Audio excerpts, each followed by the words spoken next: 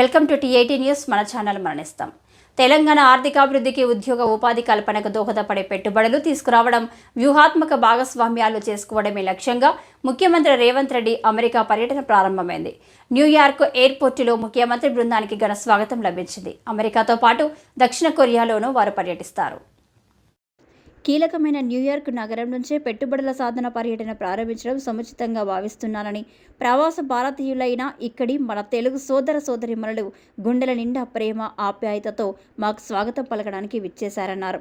మనందరినీ ఏకం చేసే ఒక కళ తెలంగాణను మరింత గొప్పగా అభివృద్ధి చేసుకోవడం అని ముఖ్యమంత్రి తన సందేశంలో పేర్కొన్నారు.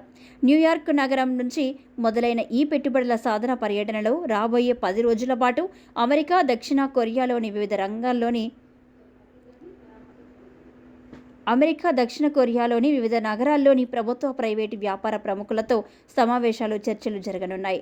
ముఖ్యమంత్రి నాయకత్వంలోని బృందంలో పరిశ్రమలు, ఐటీ శాఖ మంత్రి దుద్దిల శ్రీధర్ బాబు, పలువురు ఉన్నతాధికారులు భాగమవుతారు.